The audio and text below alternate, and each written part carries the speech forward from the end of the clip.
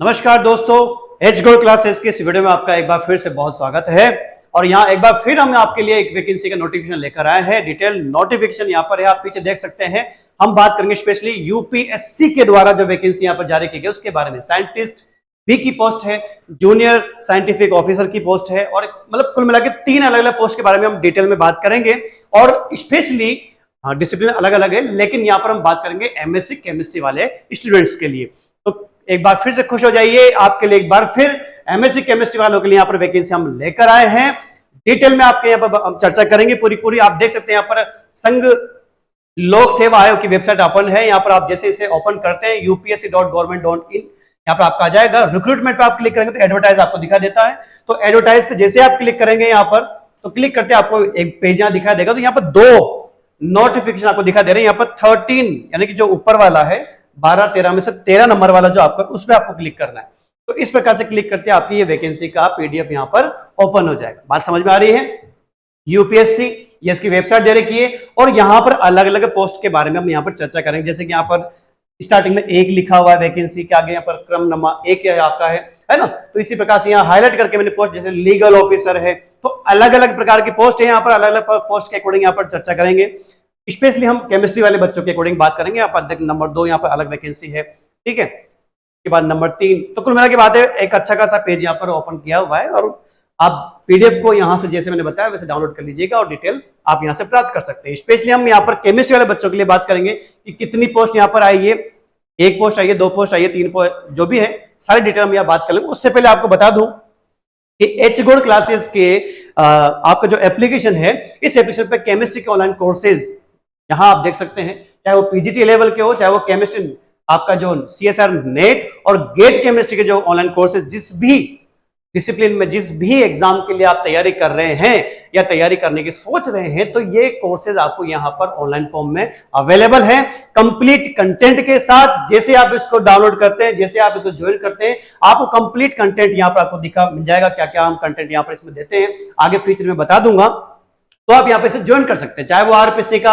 आपका पीजीटी का कोर्स हो, चाहे वो ईएमआरएस पीजीटी कोर्स हो, चाहे वो झारखंड, एमपी, यूपी, DSSB हो, चाहे एनवीएस, केवीएस, उड़ीसा, छत्तीसगढ़ या हरियाणा पीजीटी का कोर्स हो, या फिर नेट का है, या फिर गेट का जो आने वाले एग्जाम है, इनके लिए आप यहाँ पर ऑनलाइन कोर्सेज को ज्वाइन कर सकते हैं। ज्वाइन करने के लिए करना क्या होगा, एच गोल्ड क्लासेस को गूगल प्ले स्टोर से डाउनलोड करना है। अगर वहां से डाउनलोड नहीं होता है तो आपको डिस्क्रिप्शन में लिंक आपको अवेलेबल कर दिया जाएगा, वहां से भी आप डाउनलोड करके इन्हें ज्वाइन कर सकते हैं। ज्वाइन करने के लिए करना क्या होगा, जो भी आपका रिक्वायर्ड जो कोर्स जो आप चाहते हैं, जिसे आप ज्वाइन करना चाहते हैं, उसको ज्वाइन करने से पहले आप HGC कोटा कूपन कोड यहां पर क्या करेंगे, अप्लाई कर देंगे। जैसे आप इस कूपन कोड को अप्लाई करेंगे, आपको 30% इंस्टेंट आपको डिस्काउंट मिल जाता है। बात समझ में आ रही है?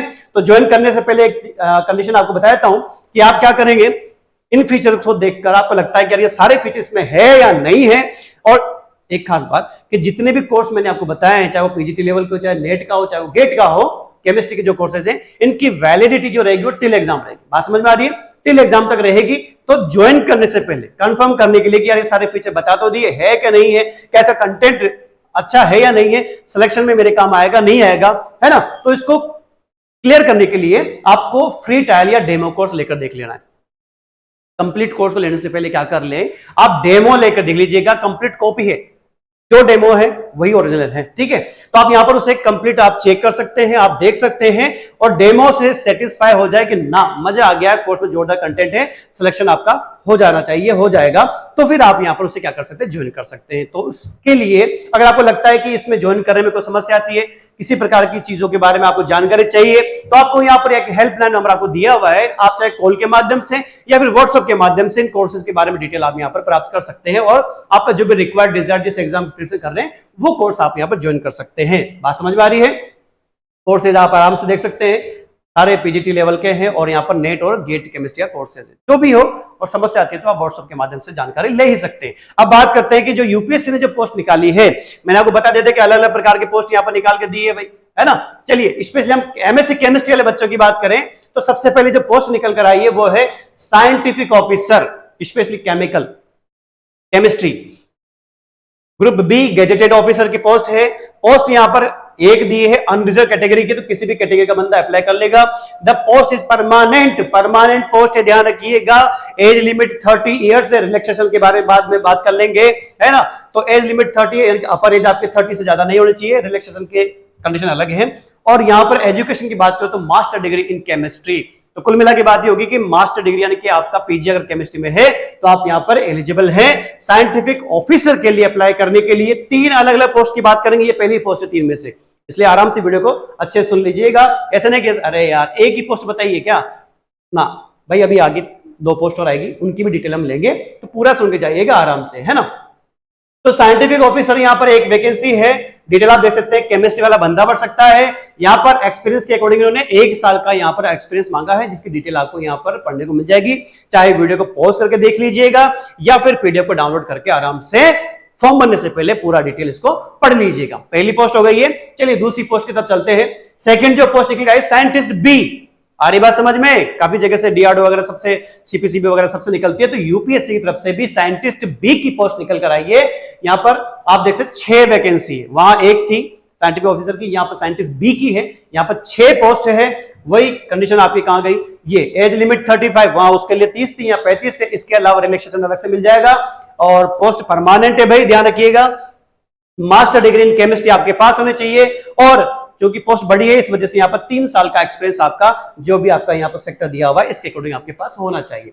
2 पोस्टों की थर्ड नंबर की तीसरी पोस्ट की बात करें तो यहाँ पर जूनियर साइंटिफिक ऑफिसर, एक पहले स्टार्टिंग में आई थी साइंटिफिक ऑफिसर, अब जूनियर का लग गया यहाँ पर, तो इसकी 2 पोस्ट आपकी यहाँ पर निकल कर आई है। तो आप यहाँ पर देख सकते हैं फील्ड आपका दिया हुआ है, पोस्ट ये परमानेंट कर दी गई है, ठीक है। एजुकेशनल वही है, masters degree in chemistry, clear है। मास्टर डिग्री आपकी केमिस्ट्री में होनी चाहिए और यहां पर आपका 3 साल का एक्सपीरियंस आपके पास होना चाहिए। अधिकांश वैकेंसीज के अंदर एक्सपीरियंस आपका कंपल्सरी कर दिया जाता है। तो अगर आपके एमएससी केमिस्ट्री है या एमएससी किसी और डिसिप्लिन में अगर आपके पास होता है और आप वीडियो देख रहे हैं तो ध्यान रख लीजिएगा, अगर आपको कहीं से किसी प्रकार का अगर एक्सपीरियंस लेने का मौका अगर मिल रहा है, जॉब नहीं कर रहे और आप चाहते हैं कि एक्सपीरियंस मिलके मैं जॉब में चला जाऊं, तो आप एक्सपीरियंस ले लीजिएगा, चाहे वो 1 साल का 2 साल का हो। अभी एक पोस्ट थी वो 1 साल के अकॉर्डिंग थी या 3 साल का है, तो जब भी एक्सपीरियंस लेने का मौका मिले भाई ले लीजिएगा, क्योंकि बड़ी पोस्टों के लिए यहाँ पर क्या कर देते हैं ये लोग, कभी कभी एक्सपीरियंस यहाँ डिमांड कर देते हैं। आगे देखते हैं इंपॉर्टेंट कंडीशन क्या है कि ये वेबसाइट आपकी दी गई है, ठीक है। इस वेबसाइट को आप नोट करके यहाँ पर आराम से इस पे क्या कर सकते हैं, 8 जुलाई से लेकर 27 जुलाई तक आप क्या कर सकते हैं, अप्लाई कर सकते हैं। ऑनलाइन आपको एप्लीकेशन भरना होगा और 28 जुलाई के पहले पहले आपको अपना जो फॉर्म था उसका प्रिंट निकाल के रख लेना है। डिग्री अगर आपके पास अपेयरिंग वाले अगर बच्चे क्वेश्चन पुटअप करते हैं यूट्यूब पे कमेंट करें, सर क्या मैं अपेयरिंग में चल रहा हूं भर दूं क्या, तो उनके लिए सबके लिए क्वेश्चंस का जवाब ये दे रखा है, सर मेरा एक्सपीरियंस कंप्लीट नहीं होने वाला है क्या।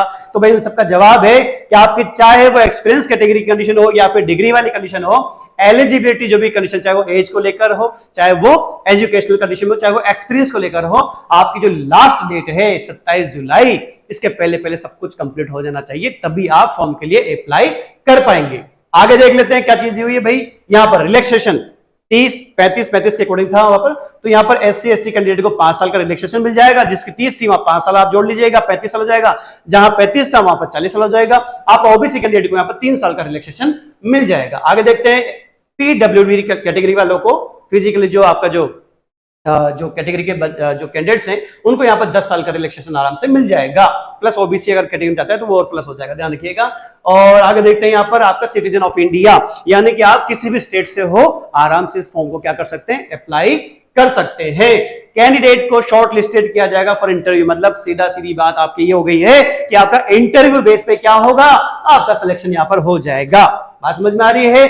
पर इस प्रकार की वैकेंसीज के अंदर एक चीज निकल के आती है कि लोग साथ में इंटरव्यू तो लिख देंगे लेकिन साथ में एक रिक्रूटमेंट टेस्ट और यहाँ पर शामिल कर देते। क्यों कर देते हैं कि यदि नंबर ऑफ एप्लीकेशन अगर ज्यादा हो जाती है तो फिर ये इंटरव्यू की जगह क्या कर देते हैं, रिक्रूटमेंट टेस्ट आपका रख लेते हैं। बात समझ में आ रही है। अगर पॉसिबिलिटी बनती है तो फिर वो आपकी कंडीशन बनेगी, वरना आपका सिलेक्शन जो है वो क्या होगा, वो इंटरव्यू बेस पे हो जाएगा। कट ऑफ आपकी दे रखी है कि भाई इंटरव्यू डॉक्यूमेंट वेरिफिकेशन के बाद में जब आपका होगा तो यहाँ पर अनरिजर्व AWS वाला 50 मार्क्स, आपका OBC के 45 मार्क्स और SC ST PWD के लिए 40 मार्क्स, यहाँ पर कितने में से 100 में से आपके इतने % आपके इतने मार्क्स आने चाहिए, तब आप उसमें सिलेक्शन की प्रोसेसिंग में शामिल हो पाओगे। समझ में आ गई ये बात। अगर इंटरव्यू की जगह अगर टेस्ट होता है तो टेस्ट का सिलेबस वगैरह जो भी होगा सब आपको जारी कर दिया जाएगा। एप्लीकेशन फीस क्या है भाई, किसी भी आप कैटेगरी अंडर कैटेगरी में आते हैं तो 25 रुपए आपका यहाँ पर हो जाएगा। और अगर आप SC ST PWD यानी कि रिजर्व अगर कैटेगरी में हैं या फिर आप महिला यानी कि वुमेन कैटेगरी में आते हैं तो आपको किसी प्रकार का कोई एप्लीकेशन फी आपको पे करने की आवश्यकता नहीं है। आ रही बात समझ में, क्लियर हो गया। डॉक्यूमेंट जब आप फॉर्म अप्लाई करते हो तो आपको हो सकता है कि इन डॉक्यूमेंट्स की आवश्यकता पड़ेगी, 10th की मार्कशीट है, डिग्री वगैरह जो भी है, सर्टिफिकेट वगैरह हो गया, कास्ट सर्टिफिकेट हो गया, जो भी आपका रिक्वायर्ड होगा, जिसके लिए आप रिलेक्सेशन चाहते हैं, जो भी आप कंडीशन होगी वो आप यहाँ पर देख लीजिएगा आराम से।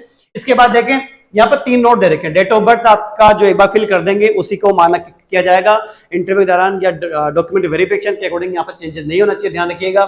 नोट 2 आपका दे रखा है कि एक्सपीरियंस जो है वो इन कैटेगरी को काउंट नहीं किया जाएगा। किसी ने कहा सर मेरा एक्सपीरियंस है तो से मेरे पास 1 साल का, लेकिन मैं पार्ट टाइम के रूप में किया था, part time, daily wages, visiting, guest faculty का एक्सपीरियंस है तो वो काउंट नहीं होगा।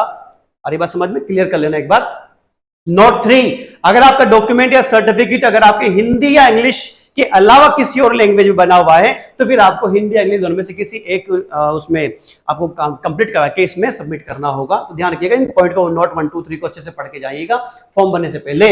इसके बाद अगर आपको लगता है कोई समस्या आपको आ रही है, कोई टेक्निकल इश्यू आपको आ रहा है, तो यूपीएससी ने यहाँ पर क्या दिया है, हेल्पलाइन नंबर आपको दे रखा हुआ है। तो आप आराम से यहाँ पर क्या कर लें, वर्किंग डेज में सुबह 10 से लेकर शाम के 5 बजे के बीच में कॉल करके पता कर लीजिए, जो भी समस्या है जो क्लियर कर सकते हैं। क्लियर हो गया।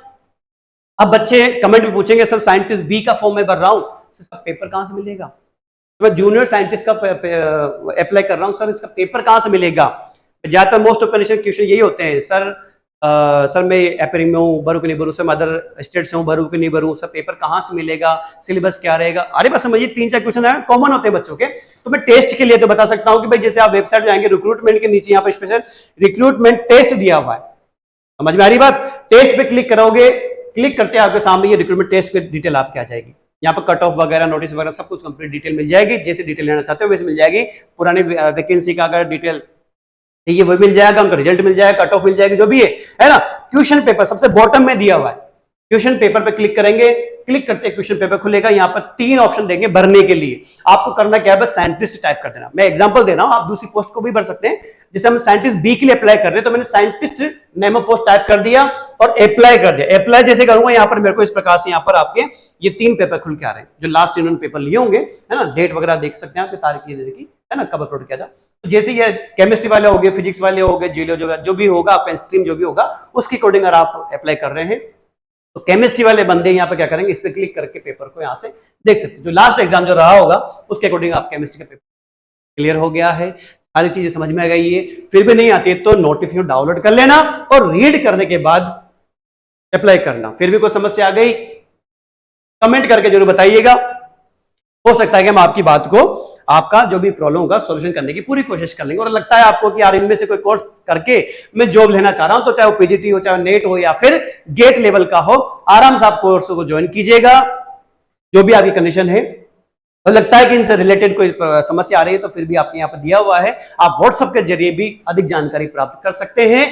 और हमेशा कहता हूं वीडियो को जितना हो सके शेयर करते रहिएगा। शेयर करने से क्या होता है, बीमारी नहीं फैलती, शेयर करने से खुशियां बढ़ती है। हो सकता है कि आप नहीं तो किसी और की जॉब लग जाए, बात समझ में आ रही है? आप फिजिक्स के बंदे फिर भी शेयर कर दो किसी केमिस्ट्री वाले बच्चे को, हो सकता है उसका फायदा हो जाए, बात समझ में आ रही है? तो पहली बात, वीडियो को जितना हो सके शेयर करें, लाइक करें, कमेंट आपको कोई प्रॉब्लम होती है करते रहिएगा। और हमेशा कहता आया हूं कि यूट्यूब चैनल को तो सब्सक्राइब करके रखना, हमेशा आपके सामने वैकेंसीज भंडार के रूप में हम लेते रहेंगे। जहां जहां जिस जिस वैकेंसी के अकॉर्डिंग आप एलिजिबल हो, आप आराम से क्या करें, अप्लाई करें और अपनी नौकरी। Thank you.